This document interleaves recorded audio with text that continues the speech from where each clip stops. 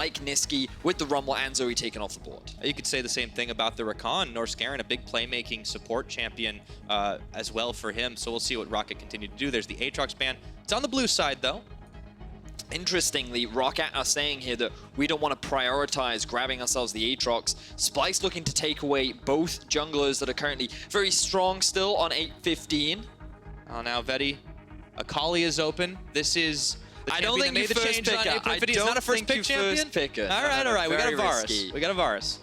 She does have quite a lot of weak lane matchups. If she does get picked, we can talk a little bit more about it, but neither of these mid laners really feel like Akali players to me. They're much more geared towards the control mages, more towards the utility. Orianna wouldn't be a surprising first pick if you're Splyce right now, given that it is something Nisqy has a lot of comfort on. It does seem like Splyce do opt for those early mid lane pickups as well, so we'll see if that continues. We've already got a Trundle locked in, so that comes in there for Xerxe most likely, and still some time on the board. What are they going to be looking to do with this champion, and what do you think they're going to add to it? With the Trundle, well, I think it's a relatively safe blind pick in the current meta, given that some of the default junglers are things like Sejuani and Gragas.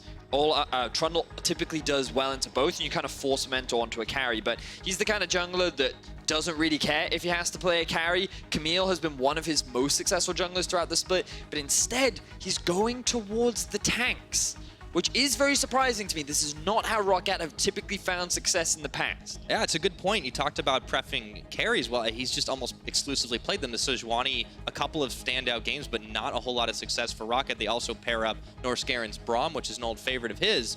But we're already back into Splyce, and that's a quick pickup on the Gnar for Odoamne, trying to get him a preferable lane matchup as well. Now, it does look... What Splyce can do in the second half of the draft is just ban away strong top laners. We can see the cannon ban. Jace could be another one thrown towards Prophet. Jarvan potentially. We'll have to wait and see. But the thing is here is that Splyce haven't locked their mid laner in yet. Now, one of the big things about this patch is that Syndra was buffed. And while Orianna last patch could have been quite a safe blind pick, Syndra was something that we often saw as an answer. So I think Splyce are a little afraid to lock it in right now because they are afraid that Blanc would look to pick something like that up, give him a winning lane matchup, and then they can look to have control through that mid lane. Yeah. Not a lot of things really phase Splyce's mid laner, but apparently some of the changes now on this patch and going up against Blanc, definitely giving him some pause, taking their mid laner later on. Now, we're still into this second ban phase. We'll see if Splyce continue to try and eliminate some of those counter picks up in the top side. Now, ROCCAT have kind of drafted themselves already pretty solid team fight fundamentals. You have good engage with the Sejuani. You have solid follow-up with the Varus ultimate. You have good peel with the Braum. Kind of everything's coming together in terms of what looks like scaling and team fighting. For Splyce, they've got a little bit more of that split push air going about them. You have the Gnar off on the side lane. You're expecting him to have a winning matchup with the cannon band away. You're trying to force ROCCAT onto a tank so that he can have that advantage. And it wouldn't surprise me if they locked in something like an Ezreal right now, something safe. Oh, my apologies, Ezreal already banned away. Could also be the Jhin, another big comfort pick for Kobbe. And just something safe with the Tahm Kench. They don't really need to play around, but can just hold the mid lane, provide a lot of wave clear, and then they set themselves up to grab another split pusher as their final pick. Right, so now the Ashe is the one that comes in instead of the Jhin. This is seemingly low. It's going to be a fairly safe champion. It can set them up for some big pick plays across the map, but it does seem to play into the Splyce split push style. What I love about it is you already talked about the pick potential. When you are playing that 1-3-1, having it is very valuable, but also this roster was lacking engage. With the Trundle locked in, a Tahm Kench, and a Gnar, they needed that ability to start a fight to come from somewhere. Ashe Arrow is a perfect way to kick things off. So I like that quick adaptation from Splyce, and I believe this is the first time we're going to be seeing Kobbe on that Ashe this split. All right, so ROCCAT, last couple of picks coming in from them. We see Blanc going for a more scaling champion in the Azir. So ROCCAT already seemed to be going for a little bit more of the late game, and I wonder, does this worry you? Deficio was talking about how this is something ROCCAT shouldn't be doing against Splyce. I agree. I think it's a dangerous path to take. Ornn does offer more engage. You can see very much more towards the team fighting. The thing about this Azir was a big pick for Blanc last split. He found a lot of great plays on it. It was one of his best performing champions, and he's going to be picking it so far blind. He doesn't know what he's going to be playing it into. With Zoe taken off the board and Orianna as well, it's likely that he's not going to get hard counters unless Nisqy suddenly decides to play Echo, which could fit into this 1-3-1 style, but I feel like that's not the kind of champion that Nisqy likes to play. He waits till the last second, locks in the LeBlanc though, so Nisqy, All right, I think he just wants to delete people and 1-3-1. So he's looking to get that winning matchup in the laning phase. It synergizes nicely with the 1-3-1 that they already have. They've got the engage from the Ashe too. Splyce trying to divide and conquer ROCCAT. You heard the analysts talking a little bit about how last week ROCCAT really struggled when teams would split push against them because they didn't know how to allocate their pressure. Splyce are looking to try and replicate that setup where you have LeBlanc sitting off on a side lane, you have Gnar sitting off on the other side lane, and you force ROCCAT to divide. In order to get there though, you need an early game lead Pyra, and Splyce are one of our worst early game league teams in the league. So for them to find this will definitely be a big move away from the typical playstyle that they found success with so far this split. I find this fascinating. Both teams kind of delving a little bit outside their comfort zone in, as was said in the interview, possibly one of the most important games of the season, I think, for both teams, in all honesty, because there are big playoff stakes on the line. For ROCCAT, reasonably, it's very hard for you to make it into playoffs if you don't win this game. You lose it, the head-to-head against Splyce, but of course for Splyce, if you drop, you have the risk of falling out of that top 6 already, and that's a momentum killer right there. So we'll see if Splyce is able to make it happen. Early game is going to be so critical in this one, in this race for the playoffs. VODS, I think we're going to get a hell of a lot of action early on. Well, I feel like early on, the emphasis is put on Splyce to make that action happen.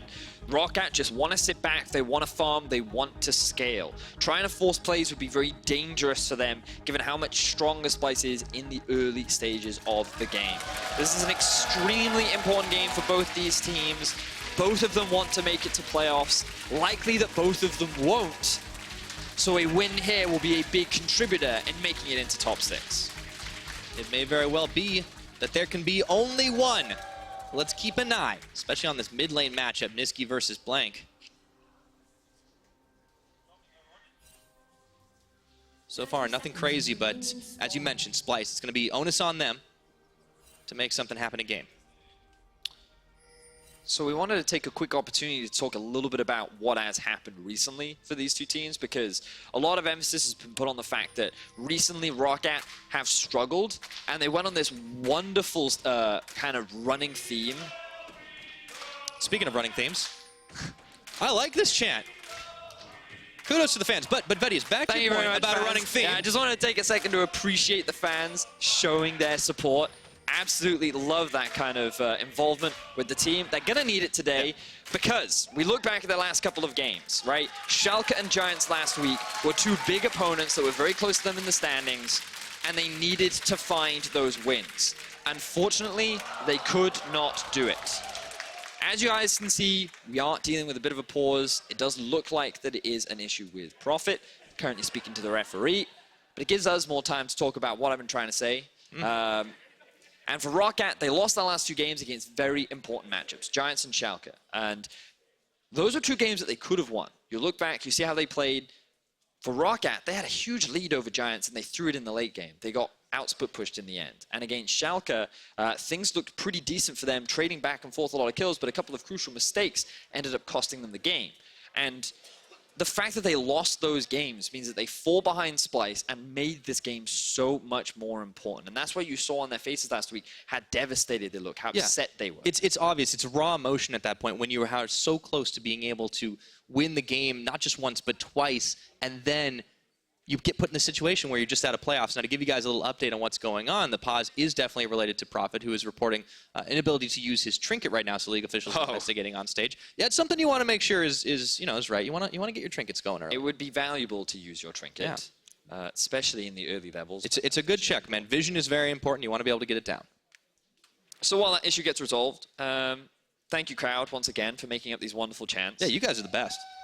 We will, I believe the term is we will ROCCAT. I think that was what they were saying. That's what I heard. You can hear through your headphones, I'm glad. Just about, yeah. And again, that kind of support is wonderful to see because ROCCAT, we heard it from Freddie. They've shown a lot of growth throughout the year. And coming into this split, they kind of wanted to do a little better than last split. They didn't want to get 3-0'd in the quarterfinals. They wanted to make it to playoffs and challenge. And the fact that they are struggling so much is certainly going to be a devastating blow for this lineup. Whereas for Splyce, they kind of want to go back to where they were in terms of that 3rd place spot. They have a long way to go to challenge it, but securing a playoff spot is that first step. Very, very true. And it looks like we are going to be heading back into game in just a moment. But I want to touch on your point about the ROCCAT fan base and about how much support this team receives, because this is a team that has been in the European LCS for a long time. We've seen so many iterations from them, but in the last couple of years especially, they've been kind of known as this talent factory. They've taken players that didn't necessarily have the biggest names all across the board, and they've actually really turned them into some impressive teams. And this iteration of ROCCAT, this is the first time in a while that we've really had serious expectations. Freddie was talking about it earlier, that they came into the spring split keeping those kind of low. They made the playoffs against all odds, and they're trying to do it again when everyone is expecting them to make it. We are back into the game.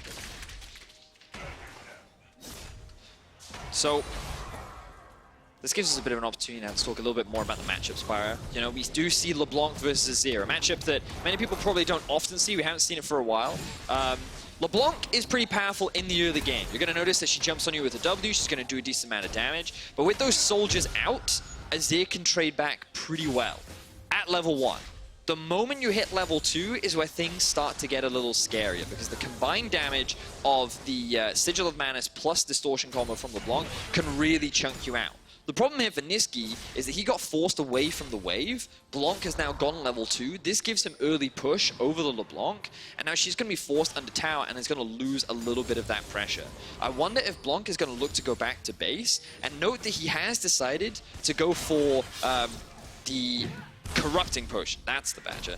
And you'll also note in his rune choices that he's decided to go for the Inspiration Tree, and that's because he's going to go for the rune choice that gives you bonus regeneration on your potions. Right. And it's very, very valuable when you're going up against these strong laners, and would highly recommend players at home consider doing the same, because it's all about surviving. And that's what Blanc is largely looking to do. And you can see in these early levels, he got that early level lead, and he's been able to have a healthy farm so far in the first couple minutes of the game. Yeah, he's not just surviving, he's actually managing to thrive here in this matchup that Nisqy should have the edge in, but the Sand Soldier poke is starting to become a little bit of a threat there to Nisqy. We saw earlier that there was a little bit of jungle back and forth. I don't know if Xerxe was expecting Memento to be in that place at the time, and Memento was actually the one that came up with more damage earlier trade up against this Trundle, whose specialty is kind of dueling the enemy junglers early on. Yeah, and I feel like that one of the reasons why Xerxe was hesitant to go for that trade was because he did see that Blanc had pressure in the middle lane, so he was a little bit worried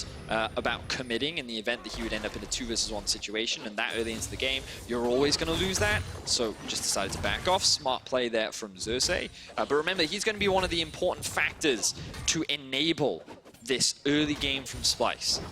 One of the advantages that LeBlanc will have in this game is that she is running the teleport, so even though she did get forced back early, she can very quickly rejoin the lane, and now she's got a bit of a freeze going on. Has picked up that very early Dark Seal, Blanc doing the same, and that kind of adds to the regeneration that we were talking about a little bit earlier, where you do get that bonus healing from your potions and stuff. So it's interesting that we are seeing it from Nisqy, but he kind of expected to get poked back as well, and now he's utilizing the teleport to remove some of that pressure. Yeah, and to try and get back a little bit for himself. So, pointed out that this was a matchup that he should have the edge in, but Blanc has actually been holding his own pretty effectively. I do like that they've kind of mirrored in the builds as well, so it shouldn't be as easy for them to get in lethal range for an early gank off. But speaking of ganks and junglers, Memento, we're going to look for more of that at level 6, and it is curious that he's changed up his strategy, changed his style a little bit as Kobbe gets poked very low here in the bottom lane. And Memento, he has been much more of a carry player, but clearly that's not what the team wanted this time. Yeah, they have gone much more towards the team fighting. They're expecting this to go to late game. It surprises me that they weren't confident in their ability to find an early game lead and then look to close things out, because you look back to very early on in the split, and that's exactly how Memento and the team were finding a lot of their wins. But instead, they're going for this team fight style. They did it up versus Schalke, and they found one good fight in the late game. They had that 5-man shockwave from Blanc. They looked like they could turn it around, but then, again, a couple poor choices, and they weren't able to pull it off, which is why Deficia was saying, you can't go to late game if you're ROCCAT. Splyce are the better late game team, and even though ROCCAT have the stronger 5v5 in the late game, in a 1v1 scenario, Splyce will have the edge. Odoamne in the side lane, he will beat anyone on that lineup 1v1. Same for Nisqy. The LeBlanc in the late game in a 1v1 is absolutely fine. So their ability to display split push will always be relevant throughout the game. Right. Now, Splyce, they definitely look a lot more at home in the late game for the most part, as Nisqy finds a route off onto Blanc. Little quick pop onto the barrier. Now, Memento is found up by Xerxe, flashing that pillar. So Xerxe kind of gets him back for earlier, but let's talk a little bit about, oh, Kasing. Ooh, buddy, you got to be careful here. I was saying Splyce are comfy in the late game. They're not so comfy in the early game. As you mentioned earlier, this is one of our worst teams in the early stages of the game. So it's kind of interesting that they pick some of these laning matchups that they should be winning for, and they are still kind of falling a little bit behind despite having the gold lead. Yeah, this is definitely a move away from the typical style that Splyce have found their wins with so far this split. And I was going to talk about how Splyce are a team that hasn't really changed from spring, because this is exactly what they were like throughout the entire regular season, and it works nicely for them. They found a couple of early game advantages, but then the game would readily slow down. But often you can see like their goal difference at 15, always in the negatives. Their towers at 15, always below 1 on average. Their combined kills per minute, often very, very low. This is not a team that has ever really played towards the early game.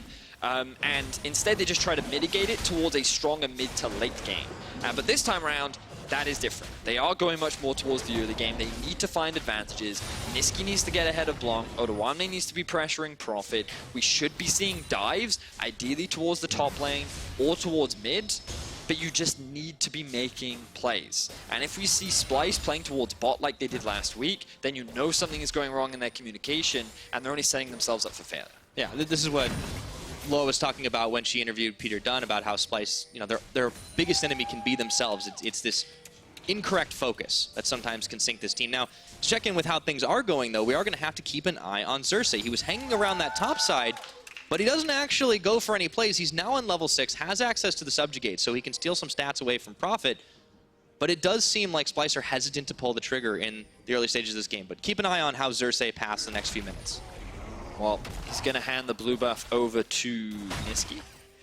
And then what I'd love to see is a push in mid and then look for a dive up top. With Memento having no flash, you could also invade enemy jungle as Kobbe continues to take more harassment from Heaq, who is playing this laning phase superbly at the moment.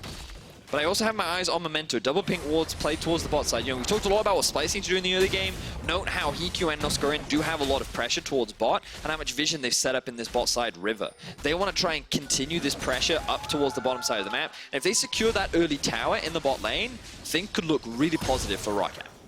It certainly could.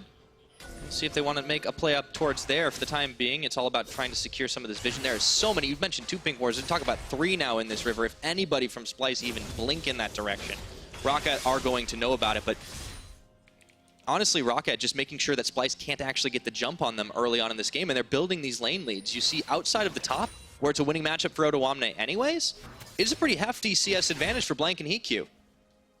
Xerxe is hanging around up top here, so Profit might have to watch himself, but he is safe under tower. Blanc looking to come in, possibly intercept. This is what we wanted to see. Definitely the proactive early game from Splyce, but ROCCAT reading it. They're already in position to answer. Nisqy doesn't have pressure in the mid lane, so that means Blanc can get there first. Kobbe and Kasing continuing to take a lot of harassment. But I also want to take this opportunity to talk a little bit about some of the items we've got, Pyro, because note how Heaq has picked himself up the serrated Dirk. You may have seen it on this or that. You've probably seen it in a couple of pro games right now that Varuses are shifting between whether they go for lethality or the Rageblade build. And it looks like that Heaq is going for a little bit more of an early game spike. Likely we'll see an early Ghostblade into something like the Dustblade of Drakthar. We'll also see picked up. Hold on a second, Knight. Blanc. He's okay. fine. All right. Continue your point. Yeah, he's fine. And so you'll just see full lethality, which is great in the early to mid game. But the thing about lethality is it always falls off the more armor that the enemy opposition gets. And it's great against targets with low armor, so that's where you're seeing so much pressure put onto the Ashe right now. But when you kind of look at players like Trundle and the Gnar, things will get tougher to kill them, and you will have less of a late game impact. Yeah, it's a fair point. I think it seems like ROCCAT are trying to kind of maybe even out a little bit of the spike and the scaling that they're going to have by giving Heaq some earlier power, puts more on Blanc in the later stages of the game to make it happen, and maybe it's not going to hit so hard in the late game. But as we've alluded to several times, ROCCAT are not a team that we should be looking at late game, even though they're going to have a pretty solid team fight. It's a really weird situation that we're in right now, right? Because ROCCAT, they're the kind of team that we've said all spit long are like, oh, Memento has to find early game leads, and then when ROCCAT are ahead at 15, they always win their games, and oh, that's the kind of team that they are. But there's a pattern. This time they've intentionally not drafted towards that. But also, they're not falling behind. The game is even. There's a slight goal difference, but it's very, very even. I have a theory, Vegas. Whereas Splyce, Splyce are after an early game lead. It's 11 minutes in, and Memento, after losing his flash, has received 0 pressure. Blanc has not been put under any kind of pressure whatsoever, aside from that one gank that we've just seen. And Xerxe has not been able to make anything happen. We haven't seen any top lane dives. We haven't seen an Ashe arrow come out cross-map. It's one of those situations where who actually has the better late game when you think Splyce are the better late game team, but ROCCAT have the better late game comp. Yeah. It's a very fascinating dynamic. I have a theory, VODS. I think they swapped pick and ban notes. Maybe. Accidentally. They left them behind stage. They picked up the wrong one. Nobody noticed until they were on stage already, and they went with it. Yeah, I mean, like, that's my working theory. The funny thing is, if they did swap drafts, then it'd be like, oh, this is very much more ROCCAT style, and this is a very Splyce style. And it's funny because coming into this game, we were all just like, I want to talk about the differences in style, Pyre. You know, I want to talk about how you were ROCCAT really excited about so it, actually. early game focused, and how Memento, he's an early game jungler, he's going to be ganking a lot, probably going to be playing around like Prophet and Blanc, that's the lanes he usually plays around, and Splyce, they're just going to be more passive scaling, they're going to be more defensive. But it's ROCCAT who get the first tower. Yeah, ROCCAT. Despite the fact that it was a Rift Hero picked up by Splyce side, so they're actually behind the 8-ball a little bit here. All right, there's the arrow, tries to go mid. All right, gets rooted up. Nisqy doesn't have the mana to really follow through. That Sand Soldier damage, though, equalizes out. So finally, both teams kind of decide to pull the trigger on making something happen, but it was ROCCAT that comes up with that early tower, and it means that the gold game is pretty much even. But I mean, the thing is, right, is that ROCCAT have continued to have pressure bot, and I think that they were fine just conceding top. Prophet realized that they didn't have enough vision towards top side, didn't know where Nisqy was, or really Xerxe, so he didn't want to run the risk of getting killed. And they were just willing to trade towers. They knew they would get bot first. You talked about how the gold is dead even right now, and this is the best case scenario for ROCCAT. We already talked about how Blanc is a guy who has shown a lot of comfort last split on this Azir. If he is able to get through the laning phase as a happy little emperor, right? He's going to come in with his items fully completed. We know he can play well in teamfights. We saw his 5-man shockwave last split. You have so much engage with Prophet and Memento. You have follow-up with Heaq. You have so much peel for your carries with Norskeren as well, and the Azir.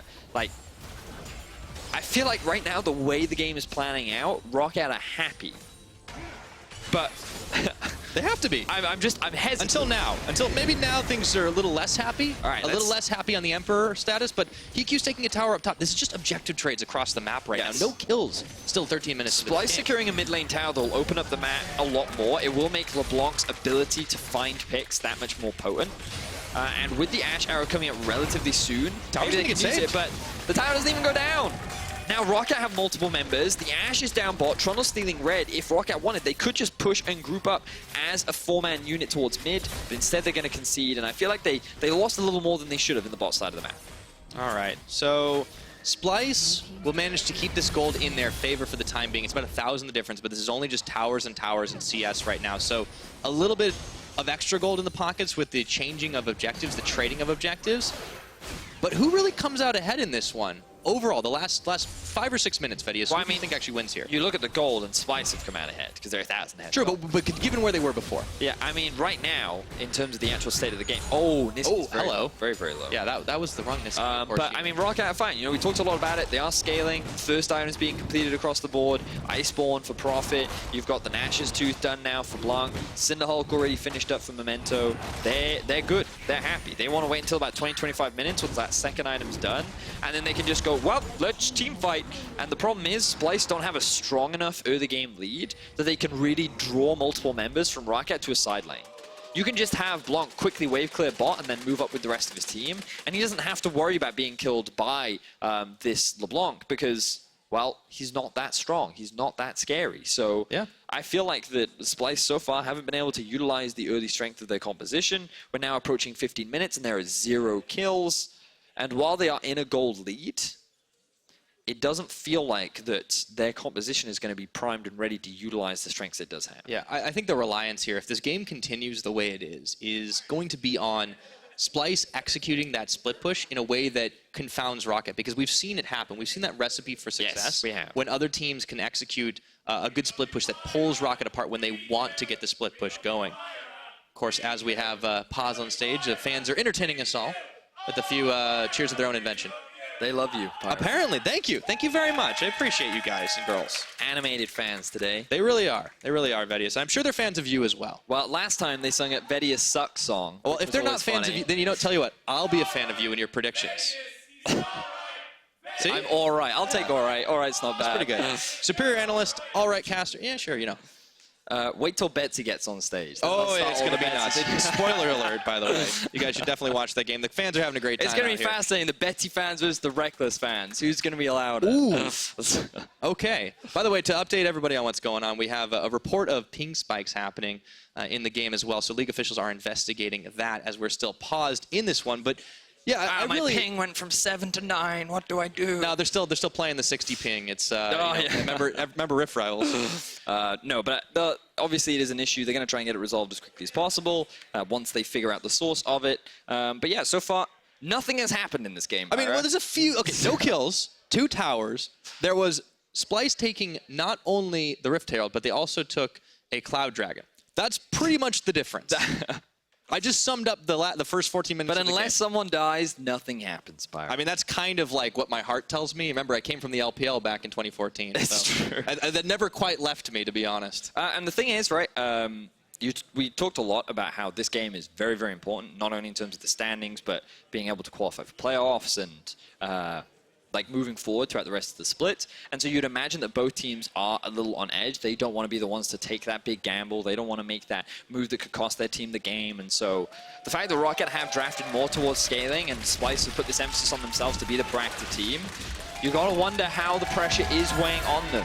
You know, they did lose to H2K only last week. That did give ROCCAT the opportunity to close the gap in the standings. And now with ROCCAT securing that mid tower, things continue to go in their favor, even though they are at a slight gold deficit.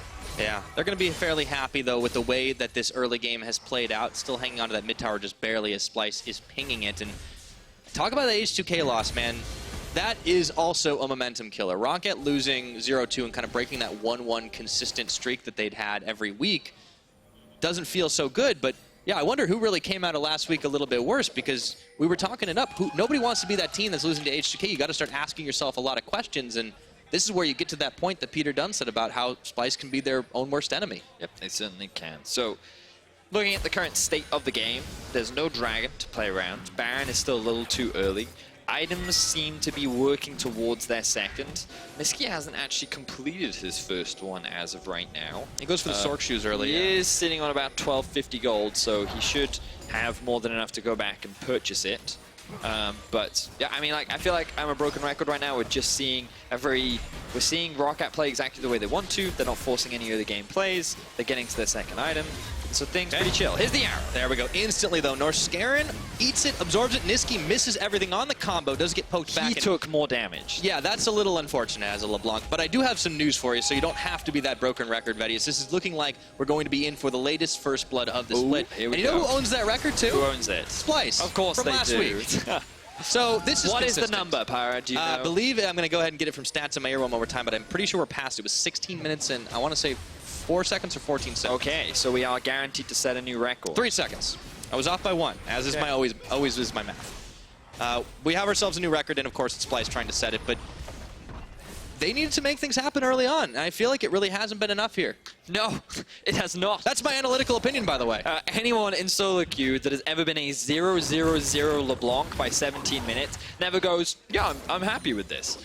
She is so much about lane dominance, finding picks, and now look, Blanc coming in for a flank. Okay, let's see if he can make this one happen. Goes over, gets the 2-man shuffle up, and I don't care if you swallow the Ashe, you're going down, my friend. That is going to be 1 kill, first blood, swag in style. Kobbe is going nowhere, and Blanc picks up 1 with Heaq on the other. It's inner tower time. Latest first blood of the split secured by ROCCAT as they find 2 kills onto Splyce and secure themselves a tier 2 tower in the mid. Well, things are starting to get real interesting right now, so ROCCAT take the incentive, and this is the team fighting. Let's take a look at that one more time. Nice flank for Blanc. Blanc using the vision that ROCCAT had set up in the bot side of the map to get behind Kobbe and Kasing. Kasing does his best to keep the AD carry alive, but the kind of blind throwaway ultimate from Memento to lock down Kobbe, securing another kill for the team, means that ROCCAT find 2 kills and now have swung the gold in their favor. Oh, that was absolutely beautiful execution there from the ROCCAT side. And this is what we like to see from the ROCCAT team. When they pick this composition, when they pick for some team fights, even if it's maybe not so late in the game, they can really execute this well when they're on the same page. And that's why it was so heartbreaking to see them just fall down, just fall short twice last week. It certainly was. The question is, can they continue with the lead that they currently have? This is a team that has come back before. They found these late game leads, but then they often make that one poor decision that throws the game away. This is why we heard Deficio on Ready Check say, do not go into the late game, because they haven't shown a consistency in that aspect. Something that Splyce often do. Let's not forget last split how many times it went to 45, 50 minutes. They were defending their Nexus, and then they found that miracle fight and were able to turn the game around. This is a team that's kind of been conditioned in the late game, and it's an environment with which they thrive. So even though they're at a goal deficit, you can never really count this experienced squad out. Yeah, I think that's very fair. Like, a lot of the don't go to late game for ROCCAT is a lot more on how good Splyce are at executing at that point. So we won't rule them out anytime soon. But for the time being, ROCCAT are looking very good. Now, Blanc does find Odoamne zoning him out a little bit. He's split pushing himself right now. A lot of vision, though, is allowing ROCCAT to get away with this. Looking again at some of the items and the vision that you talked about. So many control wards set up towards the bot side.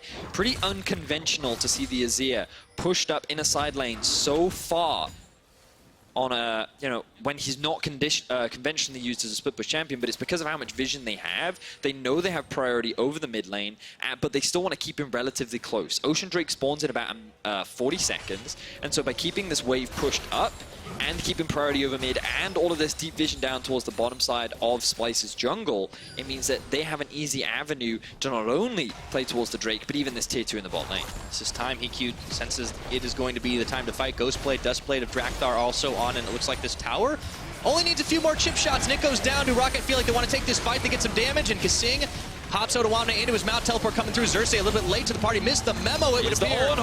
Ornn's happening. Xerxe goes golden, but I think they're going to leave him out to dry here, and Heaq's taking him down. ROCCAT knocking on the doors. ROCCAT are playing so clean right now. They find themselves another tower. They find themselves another kill. And Nisqy, he's trying to do what he can on a side lane, but he just doesn't have the wave clear. He doesn't have the tower threat that a 5-man grouped ROCCAT do as they make the way towards the Ocean Drake. ROCCAT are enforcing their will in this game right now, not allowing Splyce to play the comfortable style. So gold leads in their favor, tower leads in their favor, everything. And here is what helps seal the deal. Remember, if you want to play split push with Splyce, you need to be drawing multiple members towards your side lane. This is not what you want. Having all 5 group up in the bot lane, forcing an engage onto the weaker 5v5 squad that is Splyce, and ROCCAT are just getting everything that they want. They get onto the targets they need to. They forced Odo out of the fight very early on. They're able to take down Trundle thanks to their chain TC and the huge amount of engage tools that they have. And now Azir, he's completed his second item. He's going to be dealing a lot of damage. That LeBlanc will not one-shot him because he's just finished that Banshee's Veil. ROCCAT are looking so good with a very solid gold lead 21 minutes into the game. It's going to be challenging for Splyce to come back. Happy little Emperor. ROCCAT are going to be in the driver's seat for the foreseeable future unless Splyce can make something happen, and they seem a little uncertain here. This is what Freddie was talking about. It's all about getting that execution, getting last week out of your heads. It seems like this is a completely different team right now. This is the ROCCAT potential that they talked so much about. This is what they saw in themselves that many others did not. 6 and 8 in the standings. The do-or-die game that they had to win. We've talked a lot last week about miracle runs. ROCCAT could look to do the same. After a 0-2 week last week, a win here would be monumental, and now they're looking for a collapse onto Memento. Memento, he does dash forward, looks for the Kasing. Oh, Memento's getting low right now, and Heaq realizes he can't put out enough damage in time. The Ashe comes through, Heaq flashes away. So Splyce pick up 1 kill, the rest of ROCCAT are out. And this is a good punish from Splyce. They noticed that ROCCAT got a little too overzealous, sending only 2 members of ROCCAT into Splyce's topside jungle when ROCCAT didn't quite have the support in order to help that squad get out. Odo used his teleport to set up a nice flank, and they found some easy kills. And you can just hear, look at the minimap right now. They did have mid priority, but the problem is that Varus is near his tower. He's not really able to assist. Norskeren goes over the wall because of the blast cone. Azir is in the top lane, and you just don't have the proper support to kind of disengage that situation. So Memento and Norskeren just getting a little too deep, and Splyce utilizing their TP to get a good punish. Yeah, it allows them to secure a little bit more vision around this Baron pit as well, which will be one of the next objectives both teams will keep an eye on, but it does mean that ROCCAT still, despite over-pushing, don't lose too much for the time being, and they can still get as much clear as they want on. They just don't have scuttle vision for now.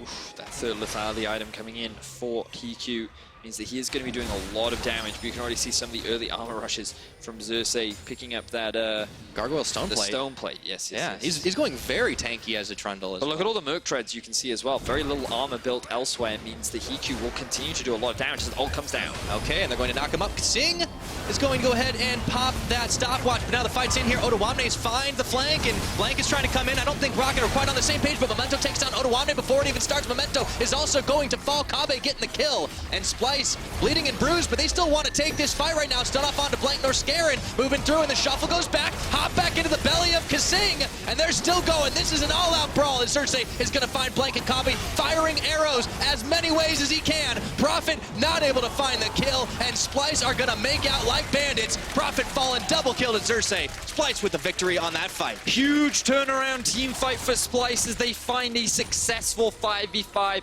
against ROCCAT. They do not want to risk going for the Baron right now. A teleport was just used, and now they have a teleport of their own. They're going to start it. Okay, all they needed to know was that ROCCAT spent the teleport and then ended up canceling away, so Splyce unopposed on Baron Nashor right now. A massive fight is going to result in a massive objective for this team, and wouldn't you know it, VODS, we are right back into it after one of those critical mistakes from ROCCAT. Oh, big mistake from ROCCAT. Got to see the replay on how that all came to be. No steal going to come out from Heaq. Splyce secured themselves to Baron. They're now back in control of the game. All right, this next replay brought to you by Acer Predator. Let's take a look at that fight again. So 2 ultis used onto Kasing is the first thing. Odo gets onto the back line, and look at how much damage he does to Heaq by himself. That lethality poke Varus is pretty much out of the fight along with Odoamne, and Memento drops almost instantly. Now it's a 4 versus 3. And then the decision here from Blanc is the crucial one. He commits so hard on trying to kill Kobbe that he throws himself into all 4 members. And with him dead, all of the damage is now gone. So a couple of crucial plays from the side of Splyce. Odoamne getting onto the backline, Kasing providing fantastic peel with the Tahm Kench, along with Blanc diving onto the backline when he didn't have proper support. A wise Splyce were able to find a good fight there and walk away as the victors. All right, yeah, that was a crazy one. And that Acer Predator replay at the very end, Kobbe getting away, that really meant the difference between Splyce being able to pick up the Baron. So now the question becomes, what can they get off this one? Because all of a sudden, you're back to 1-3-1. Yeah, and now it becomes a lot harder for ROCCAT to just group up and fight because you're going to have so much pressure in these side lanes. Threatening the tower is so much more effective as the LeBlanc when you have those Baron-empowered minions as well. This is where Splyce can really get a lot of gold on back in their pockets. Notice the tower difference is 5-2 in favor of ROCCAT, yet Splyce currently sit with the gold lead. And now they're going to divide this ROCCAT squad up. Odoamne level 16. Prophet's not going to be able to hold him off in a side lane. Splyce in a fantastic position right now. Yeah, all off the back of that fight. It turns things around, and this is how it goes sometimes. You think you're in the driver's seat, and if you take an ill-advised fight, you get yourself caught out of position. A team like Splyce, they can collapse. So it was a disastrous start. But let's see if Splyce can keep this one going right now. 4 towers to 5. You can see Nisqy unopposed in the top lane on the split push, and his LeBlanc may not have completely popped off early, but he's starting to look like he might be able to delete people. He's got some stacks on the Dark Seal. He's got 2 items, including the Luden's Echo. And now Splyce is looking towards mid lane for the rest. So unfortunate for ROCCAT. We talked about how their mid to late game decision making is often what lets them down, and the fight itself, you know, to engage onto a Tahm Kench, not the way you want to start these fights. You know, fighting around the Baron at that point in the game as well, you know, rather questionable. And this is why we kind of said you don't often want to play around those late game win conditions, because it's not a way in which ROCCAT have been able to succeed. And while things looked good in the early, everything looked great for them.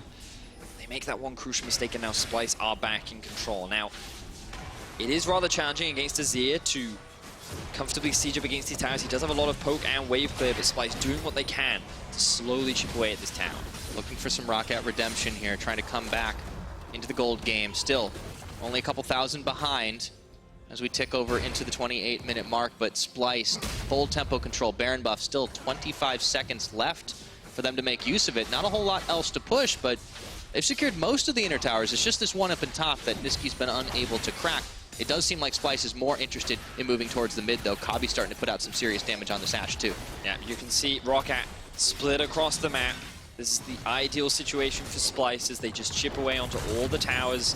Odoamne being one of the most lethal ones, given he is that level 16, Blade of the Ruin King and Black Cleaver. Very much a split push build. And it enables Splyce to just position around the dragon as well. But now the Baron buff has worn off. Splyce got a lot off the back of that. 2,000 gold lead in their favor right now. And things kind of reset. We gotta remind ourselves of the win conditions for both teams. ROCCAT, very much about 5v5 team fighting. Trying to force those situations where they can get an engage ideally onto Nisqy or Kobbe, or maybe even Odo before he goes into Mega Gnar. That's the key. They need to be the ones forcing the fights. Yes. When they lost it, it was because they weren't ready to take it. It's about forcing the fights onto the right target. Absolutely. Forcing a fight onto a Tahm Kasing Kench is not the way you want to start those fights off, right? Whereas for Splyce, they want to keep the map divided. The situation that you just saw, that 1-3-1, where ROCCAT was forced to divide, that is the ideal setup where Splyce can go for these more skirmishes, 1v1s, 2v2s, 3v3s, and try and utilize all the teleports they do have at their disposal to quickly find these picks, the Ashe arrow as well. But now that ROCCAT are able to regroup, let's see how Splyce respond. They do not want to get caught off as a 3-man in the middle lane. Yep, teleport's starting to come back up off cooldown. We're only waiting on Nisqy's before, and Kobbe's before it's all kind of over. You see that Baron power play for Splyce, of course. Not too shabby for them, and picking up a couple of towers as well is certainly going to help out. But I want to draw your attention once again to the build of Heaq, because he is going all in on this lethality. So you mentioned it earlier, how this is not going to be as useful in the later stages of the game. What's the shelf life on that build? Well, I mean, it's fine until the enemy builds armor, and I don't see any armor. Kasing has a decent amount of armor. Xerxe has also picked himself up the stone plate, as we talked about earlier. Oh, and he's also got the Knight's Fan now. So those two targets, the lethality build, not very effective against. Kobbe, Nisqy, Odoamne, you land your Q. That hurts. That is literally taking an arrow to the knee and not being able to walk for a week. Okay. That's a little rough. Both these teams got to play tomorrow as well, so Splyce better get good at dodging. That's certainly the case. Or just build some armor. Get some plating on those knees. Working towards that fourth item as you identified. Baron going to be spawning in about 1 minute 10 seconds, and this will be one of the big ones, because the way in which both teams look to play around the Baron will be crucial. If you're a team fighting team, what you often like to do is start the Baron, force the split pusher to TP in, and then you reset. Because you just want to go back, make sure that everything on the map is back the way you like it. You have the enemy team then come in and force them into a 5v5 situation, rather than allowing Odoamne to just freely hit onto the tower in the side lane. Whereas Splyce, all you want to do is stall the Baron for as long as possible, or ideally be in a position where you're in a way that you can threaten the Baron, but also have pressure on the side lanes. So making sure that you have mid priority and then can move your vision into the river will be crucial. And right now it looks like Splyce are the initial ones to get there. In terms of the control wards, there's plenty of either side. And now ROCCAT, you can see, look, moving up towards the mid lane, they want to try and push this back out so they can move into the river, and then they can be the ones to set up around this back. Getting a little itchy to try and pull the trigger and make a fight here. It's difficult. You've got the 1-3-1 still going for Splyce. The Sun Disc does get thrown down, and ROCCAT trying to make a stand and push in to try and secure up some of that Baron vision is about to spawn. Nisqy coming through river, and he's not going to be going that direction anymore as he sees the rest of ROCCAT bringing up the flank. ROCCAT are making moves for this pretty quickly. They're going to start it off. Now you start it. Now you try and force the teleport out from Odoamne. Prophet is grouped with the team. Keep your eyes on Odo. Where is the teleport coming in? All right, not quite yet. He's actually calling the bluff of ROCCAT. Odoamne does not teleport. Now he's going to go ahead and do it. ROCCAT immediately peeling off the Baron. Cancel teleport from Odo. And now you reset if you're ROCCAT. You got what you wanted. Odoamne has used that global objective, and now Prophet can go back and kind of deal with the pressure that he's throwing out. Splyce are at a risk of losing a couple of these towers, but they've been able to reposition fast enough, and that, ladies and gentlemen, is exactly how you do it against these 1-3-1s. Start the Baron, force the teleport to come out, and then you reset. You don't commit, you don't need to go for the 5v5 because you've taken all this damage from the Baron. A lot of your abilities could be on cooldown as well. So you just disengage, you reset, and now you'll see how ROCCAT, once again, grouping up as 5, and they're going to look to try and force a fight again. This time, though, Odo can't TP in, and they'll be more inclined to go for the full-on 5v5 fight. So it's going to force Splyce to dance to the tune of ROCCAT. Sitting in the middle, Norskeren hunting around the side, sniffing for something. You can hear the Ghost Blade popped. EQ wanting to try and find that arrow damage. Odoamne nearly filled up on the Gnar bar, though. If there is ever a time that Splyce can fight, that would be it. Yeah, so ROCCAT waiting for the Gnar bar to run out, and then I'd love to see them try and force an engagement. Splyce are in this tricky predicament where ideally they want to have Nisqy off on a side lane, but him TPing in for a flank is not the best way to utilize a LeBlanc. He wants to kind of chip someone out, but it's so hard because you have a Banshee's Veil on top of Blanc, you have the peel from Norskeren, and you also have the Edge of Night on Heaq that adds that extra bit of magic resistance. So Nisqy doesn't even have a good target to kind of chunk out before the fight even happens. So now ROCCAT have priority over mid, they have the mid-wave control, and now they start the Baron. Let's see if they can get this fight that they so desperately want. Instantly peeling off, Xerxe coming through, throws the pillar down. That's going to be it, though. So ROCCAT, a little bit squeamish here. They don't want to go all in unless they can find themselves a pick, and it's Odoamne who hops away. Still taking damage from the Sand Soldiers, but Gnar bar nearly back up and available. Splyce still stacking in the middle. There's a minion wave pushing in bottom. ROCCAT have not responded to it just yet. It looks like they will send Heaq down there eventually. Yeah, they're going to send Heaq because they don't mind him using his teleport a little bit earlier into the fight. Ideally, they want to have Profits TP up because Hodos is going to be ready relatively soon, and they want to have that available so that the two top laners can match. Here we go. Here we go, Nisqy. Lands good damage. That's a lot of damage. Not as much of the chunk as he was hoping to get, but still, that is not chump change either. Here comes Odo with a massive Gnar! Right into the edge of terrain, and Heaq comes up, bringing up the rear a little bit too late, and it looks like Splyce is going to be able to start this fight off right. Xerxe takes down Memento. It's a 5v4, and ROCCAT are bleeding out here. Blanc unable to get back into the fight, and all they can do is try and push back the remaining members of Splyce. They win that one huge. They didn't even need any further kills because ROCCAT can't contest Baron. This is the second fight in a row where Odoamne has been instrumental in securing the win for Splyce. They now have 5 members on the Baron. 2 TPs are available for ROCCAT, but it looks like they're just going to concede it. No smite, and that means no contest. Splyce will pick up Baron number 2. 35 minutes into this game. Prophet sniffing forward, just wanting to see if this is happening. It looks like he might even give his life over at this point. ROCCAT realized they have to take a not-so-smart fight. Nisqy looking to sniff around the side, and once again, the execution errors plaguing ROCCAT. Splyce walk away with a bonus kill. They walk away with the Baron. The gold lead's going to build even more. Let's look at Odoamne once again. This guy on the split push Gnar build starts off with Nisqy getting a good chunk onto Norskeren. Definitely a great way to start the fight. But he goes in 4-man Gnar ultimate into a 4-man stun. The Kobbe ultimate follows up. The Norskeren ultimate whiffs. And then you have Kobbe dealing free damage along with Nisqy on the back line. Xerxe can just shred through Memento after stealing away all of his stats, making him a very squishy tank. And Splyce just play that fight so beautifully. God, Odo. That's the second time now we've seen him have this fantastic ultimate, and he has been the core reason that Splyce has been able to win so many of these fights. And ROCCAT are supposed to have the team fighting composition, Vedia, so you called it way early on in this game about Splyce. They are going for the split push, but when it comes to late game execution, they have the edge yet again. Not only Baron buff, but the Elder Dragon in tow. Oof, they have everything. 2 Cloud Drakes sit under their belt, so they will deal a lot of extra damage with the burn. And now you can see how they're dividing up the map. Nisqy, he needs to go pick up his blue buff. Classic selfish mid laner. But there's still plenty of time left on the Baron and the Elder. Their main goal now is to get themselves an inhibitor. With that gone, breaking the rest of ROCCAT's base becomes easier, but also forces Splyce to crumple up. Could ROCCAT finally find the fight that they've been looking for? Because outside of the first 22 minutes of the game, ROCCAT have not been able to find anything go their way. And it seems like they just haven't been in the right position to react to it. You saw in that last fight that Heaq just wasn't even there until the fight was almost already over. Odoamne splitting, Gnar bar nearly full, Nisqy hanging around the side. That's going to be the Unbreakable, already used. Nisqy sniffing in and finds the Banshee's Veil.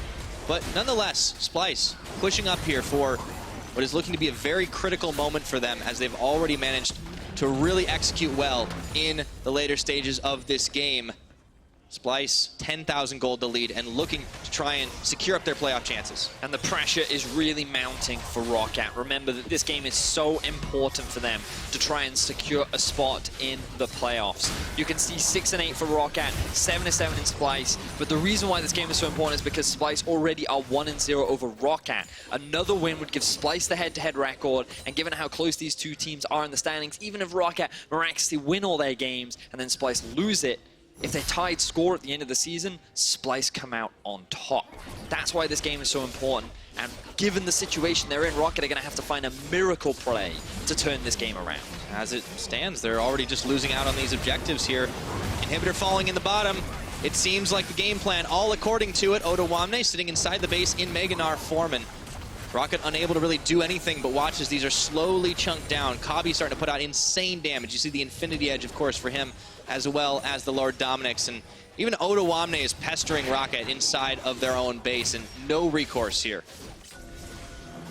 The Baron buff is about to wear off. Elder Drake short to follow, but they will secure themselves another tower. Maybe an Splyce inhibitor. Continuing with their pressure. All right, Odoamne pushing forward. Chain's not going to land. That is a tilter for sure if the rest of this game hasn't already gone that way. And Splyce going straight on forward. Norskeren does delete Nisqy off the map, and maybe this is the chance for ROCCAT to finally find that fight unless they can beat feet out of here. Norskeren, Memento stepping forward. Kobbe low, but he's surrounded by teammates, and there's not a whole lot of AoE coming through. ROCCAT, they needed more than that. Look at the side lanes, VODS. Splyce still secure themselves 2 inhibitors. Yes, ROCCAT found a good kill onto Nisqy. He overstayed his welcome. He took a little too much damage, but the damage has been done. Splyce now sitting at a 10,000 gold lead. They're winning out a lot on these fights just because of the way in which they're out-executing ROCCAT.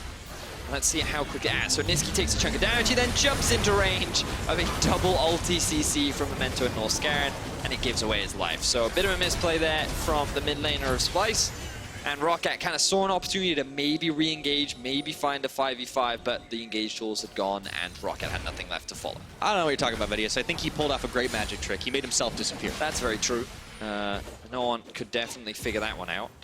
1-1-5 so far this game. Has decided to sell his Dark Seal, working towards the death cap, but it's about time. At this point,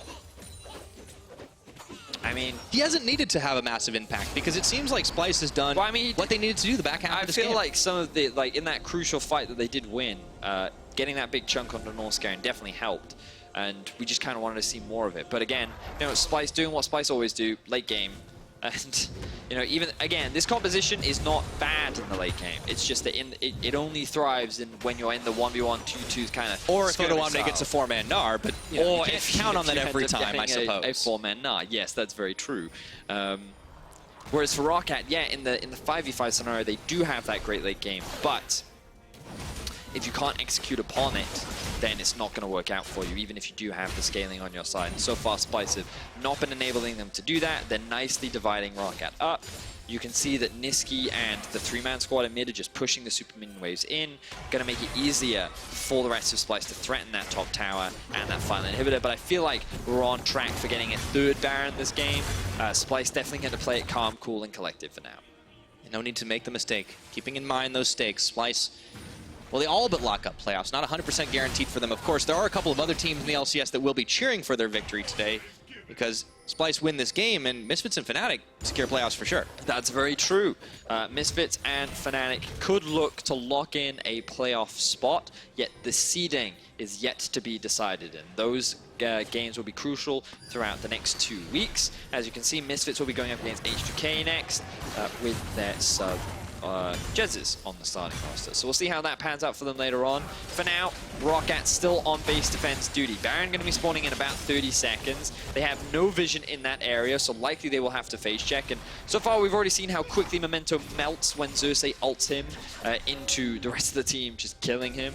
So phase checking probably not the ideal scenario that ROCCAT want to find themselves. Yeah, very fair. Now, for Splyce, it does seem like Baron, 3rd time will be the charm for them. Be able to secure this up 8 seconds, and they're in a prime position to do it. But Odoamne waiting in the wings as well. Nisqy on the bottom lane has his teleport up and available. Splyce holding all the cards in this. And if ROCCAT do come back into this game, it has got to be one of the most impressive comebacks. But it's so hard to see them doing it at this point. 42 minutes in, well into Splyce's territory. 2-man on the Baron. Oh my word. Yeah, that's a lot of Ashe damage. Rapid fire. Yeah, they're melting through it. ROCCAT can't even get close, and it's secured. No, that's it. Easy peasy. I don't know about this fight, though. Let's see if they can get Odoamne down. He gets swallowed up by Kasing, denied. And meanwhile, in the base, Nisqy is dueling up against Prophet. pushing that wave in. That was not a great duel. That was more of a, hello, how are you? He just wanted to keep the pressure up. Prophet was forced to answer. Splyce secure themselves the 3rd Baron of the game. Gold's still about 10,000 in their favor, and they can go back to the 1-3-1. They don't need to wait for the Elder Drake. Odoamne going to preemptively teleport in. Maybe a little too early because the rest of his team is not quite there to help join, but I don't think he wants to give up this minion wave just yet, as Blanc is here to answer. Okay, Inhibitor does come back up. That slight bit of relief for ROCCAT, so the bottom lane Inhib will no longer mean that super minions can be pushing down to the bot side for Splyce. In the mid, still continues for now. Nisqy keen to change that, however, as he keeps on this split push duty. And Splyce is just taking everything away from ROCCAT. At this point, Kobbe is two-shotting red buff and everything. Yes, yes, yes. It's only a matter of time now, Pyra. ROCCAT, they need to find some miracle of a play. Can they do it? That is the question. I don't know what kind of voice that was, but I don't know. You should do that more often. Nisqy going in, and Prophet's out.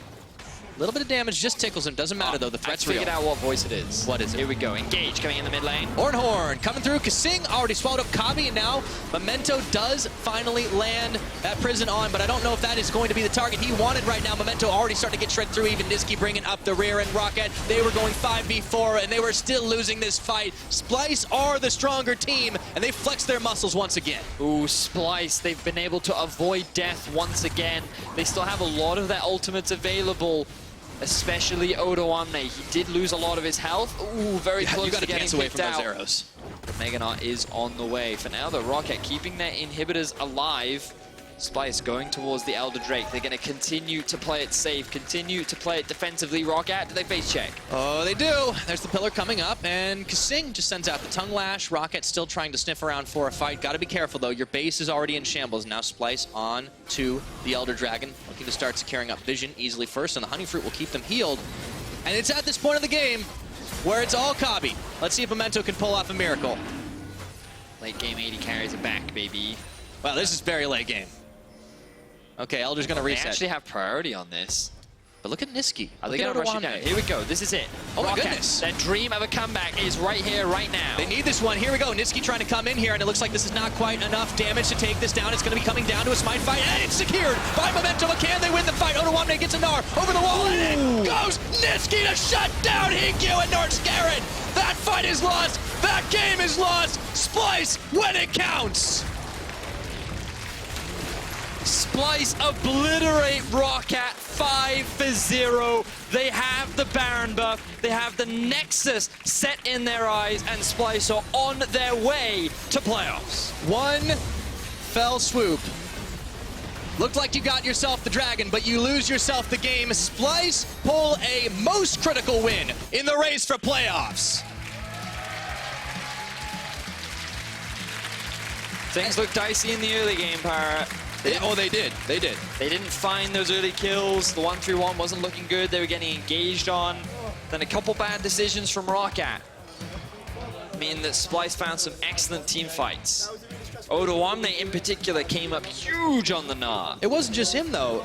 I talked about how in the very early game, Nisqy did not get a whole lot of crazy kills, the flashy lane dominance that we expect, but you just got to look at that last fight. He comes around the side, and poof, there goes ROCCAT. Definitely offered value in the late game, but it was all for me about Odoamne and Kasing as well. The amount of consume that he was throwing out in the clutch moments, keeping those pivotal members alive when they needed to be saved, absolutely monumental. And while this is devastating for ROCCAT, this was the game that they needed to win. Unfortunately, they weren't able to pull it off. And Splyce now setting themselves up nicely to secure a playoff spot. Nothing locked in just yet, aside from the fact that Misfits and Fnatic will be making their way to playoffs. I think those two teams just became Splyce fans. For the time being, Splyce, they can hold their heads high, absolutely. After losing a little bit of momentum, after stumbling a little bit in the loss against H2K, they're all smiles right now. And they deserve it. That was a well-played game, especially the back half. I still got a lot of questions about this team's early game, but just very slow. If they can win, I guess it doesn't matter. Yeah, at the end of the day, a win is a win. They are just a very slow, patient, methodical team. They don't like to take risks. They like to play things a little bit more on the defensive side, and that's what they did. Every single member died only once, and they secured 3 Barons in that game. Their late game stats are probably going to look pretty good. A couple of Elder Drakes, don't forget about that. Yeah. I mean, they had almost every objective. The other one got stolen. Oh, that's right. They got one Elder Drake, and then they got the Ace afterwards for that one, so that was the game. But it's great for Splyce, because now they put themselves in a much more comfortable position. I believe there is still a possibility for them to kind of challenge seeding positions. There's still a lot left to be determined, and nothing is actually locked yet, aside from the fact that H2K can't qualify, and Misfits and Fnatic have qualified. Yeah, so there's still a whole lot of playoff spots up along the lines, but they have a very important question we have to answer. After all that action, who is your player of the game? Is it Odoamne? Is it Nisqy? Maybe it's Kasing. I don't know. You guys tell me. Head over to lolesports on Twitter and give us your votes. I mean, you pretty much called out each of them as having like a significantly huge impact. So I think those are all good choices. For me, I have to believe that Odoamne was the key player in that. The fact that there were so many instances where ROCCAT were the ones to set it for a team fight, but Odoamne with some clutch ultimates really turned the fight in their favor. It is kind of the player that enabled this big win for Splyce. Yeah, fair enough. Now, for more on Splyce's win, let's check in with Law and their support. Thank you, Pyra. Splyce opening the week with a win here and getting one step closer to playoffs. Now, Kasing, what does it mean to you to take down ROCCAT today? I mean, it's obviously really good because this kind of not secures it completely of going to playoffs, but it gives us like a really high chance to stay in the playoffs, which is obviously what we wanted to go for. Even though this game was like quite long, it was 45 minutes, it's some stuff that we're working on, and it kind of shows that, we kind of are really patient and we're able to pick up the win in the end, which is really good for us. So pretty happy about it. Quite long and quite scary in the beginning because you had a shaky early game. You bounced back right from it during the mid game around the Baron pit. So talk me through the communication there. Who took the calls? Actually, well, this game I was Tahm Kench, so it's a bit hard for me to, tell people what to do. But I think Odo kind of carried this game. Like, he always, spoke about when he's roaming and stuff, what he can do, what we should do. And I think Odo kind of earned MVP in my heart, of course. Oh. Do you feel like the communication between you guys is well right now? Is it well-rounded? I think compared to last week, when we done really well against UOL, and then we lost H2K, which was a bit bad. But no, I think this week went really well in terms of like practice. Like, we knew what we had to work on, our weaknesses, and yeah, it just showed in this game. Yeah, and moving on now, I took some time to talk to Duke before the game, and he told me that the biggest enemy for Splyce right now is yourself. Can you elaborate on that? Yeah, I feel like sometimes we're able to get a lead that we should be able to win off, but we just kind of overestimate the enemy or underestimate the enemy, and then after we kind of just throw the game there. And I just feel like sometimes we just have to stick to the basics and kind of like, know when to go in or when to pull the trigger when it's possible. And that kind of, we have to be able to overcome this, and then eventually we'll be a better team. And that's something you'll have to remember for tomorrow as you will be facing Fnatic. Now, thank you for joining me today. And more on this game, let's head it over to Xerxe for post-game.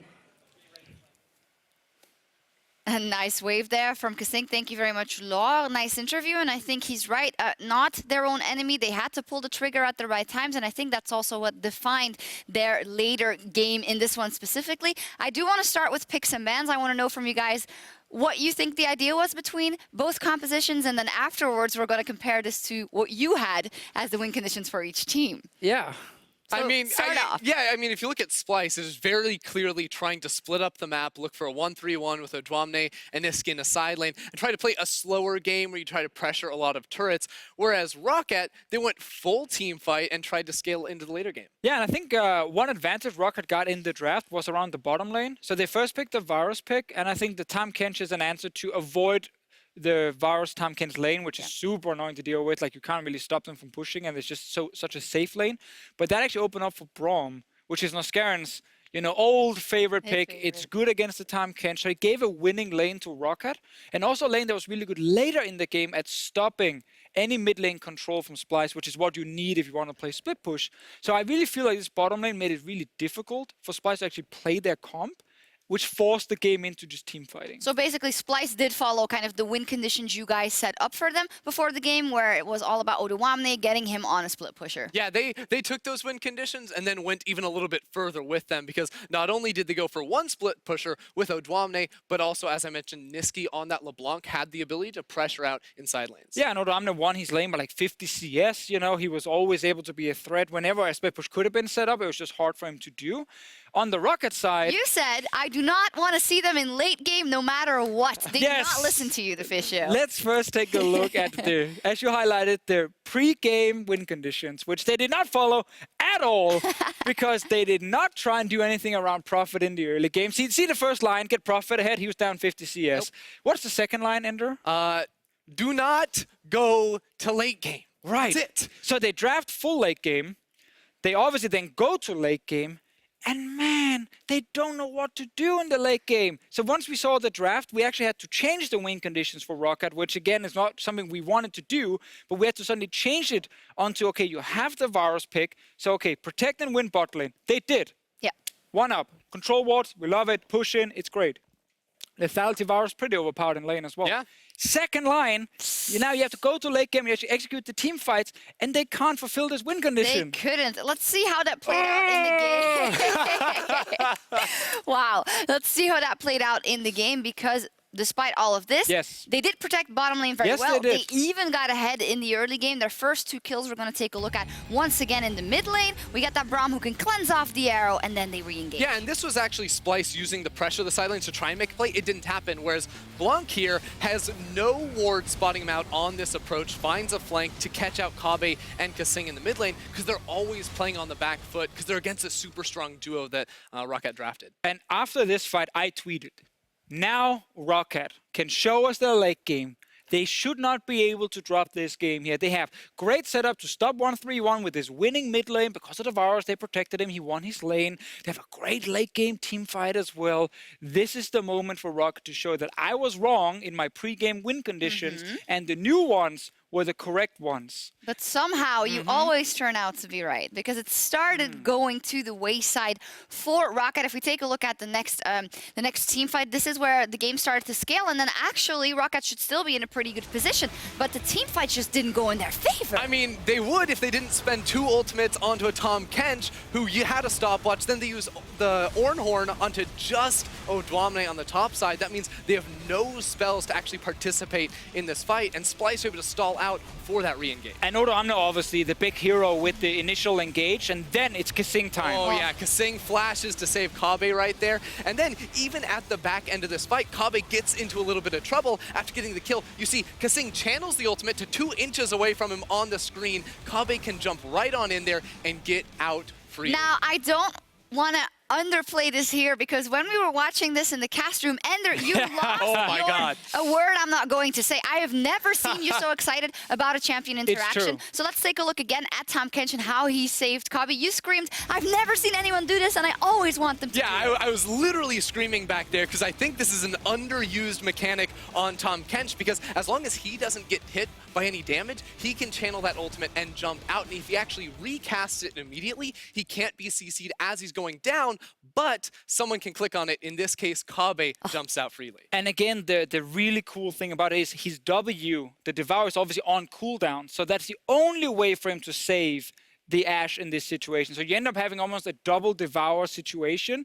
And then actually W was ready. A couple of seconds later, he could use another Devour. So he got 3 in there. And just imagine the team fight too, the comms going on because he's trying to set up this play where he doesn't have control. He's ulting out, he's screaming, Kobbe, get in me. We're jumping out of here. We're trying to escape. And it was just really impressive It was stuff. beautiful, and if we look at the context of the game, it may have been very important as well, because this is where ROCCAT, unfortunately, lost the plot completely. They lost that first fight, then Yep. they gave up the Baron to Splyce, and it all turned on its head. And that's kind of the ROCCAT story. They had full control of the map. They could do almost anything, but when you blow all these ultis, or sorry, engages onto the Tahm Kench, and then you let your AD carry get hit by the Mega Gnar that jumps in, it just sets up a bad fight for you. But obviously, I think there's a lot of credit to Kasing specifically for that one, and Odoamne. Following fights, I still felt like ROCCAT could win. I kept thinking, no, it's okay. They can still win in the late game. But every fight we got to see from here on and out was just Splyce favored. Yeah. And the issue was, as soon as you lose Baron against a composition that wants to push all these different lanes, you are just going to lose so much gold. They were down 10,000 gold coming into this final team fight. I think this is what you mean when you say they could have still won, Yes. right? But then Nisqy does a great flank, honestly, and gets 3 kills in the mix. So this is the kind of situation where you're already behind and you rush Elder Drake the moment it's open, and you obviously can't protect your flanks. You don't have any vision around you. You don't 100% know where LeBlanc's coming, but you have to take that risk because look at the gold graph at this point. Like, you're like 10k down. and it was actually Splyce starting the Elder Drake. But I gotta say, over the last 2 weeks, ROCCAT has tried to get that Elder Drake a couple of times, and every time they've gotten it, they immediately lose the game right after. Like, they must be the worst feeling ever of like, guys, maybe there's a chance, and no, we don't have a chance. I want to see win rates of when ROCCAT finishes a game without Elder Dragon ever spawning compared to 100%. games where Elder Take it out of Dragon the game. does spawn, because that's late game and it's not good. Yeah, and all jokes aside, this is really bad for their chances in playoffs, and it's now happened 3 times in a row, which is the most unfortunate timing and occasion for them. On the other side, it's great for Splyce in the race for playoffs. It's great for Odoamne because he's player of the game with 50% of the votes. Nisqy had a great late game move. Kasing had that one Tahm Kench move, but overall, Odoamne was instrumental in the team fights. I think so. I mean, great laning phase, obviously, on the Gnar into insane team fighting, as you said. And we kept highlighting this, like, they wanted to almost avoid team fighting with their comp, but they couldn't because of the Varus pick in the mid, so they had to team fight. And then you had to outplay a composition that was actually better than yours. So that was very impressive from Splyce. Yeah, and it was even more impressive because he went for a pure split push build with Black Cleaver into the Blade of the Ruined King, got a Wit's End. More and damage than Mega Gnar. later on. Bam! Got so much damage when you throw him into the wall, but he's so squishy too that it meant he had to make that engage really pay off because he was going to die pretty much instantly after. And this is probably where the experience of someone like Odoamne or Gnar pays off because he knows how far he can go. This is why you sign Odoamne and not a rookie top laner, because you know you can get something like this when you need to win a game that gets you into playoffs. And that is exactly what they did. They won versus ROCCAT Splyce, and with that take a huge step towards playoffs. They also indirectly make Fnatic, or directly, however you want to look at it, make Fnatic and Misfits Gaming lock playoffs at least. That is not the biggest surprise that these two teams are in the playoffs, but the battle for that bye in the top 2 is still very much open. It also makes the route of ROCCAT and Giants extremely difficult. The likelihood of them qualifying for playoffs has now fallen below 5%.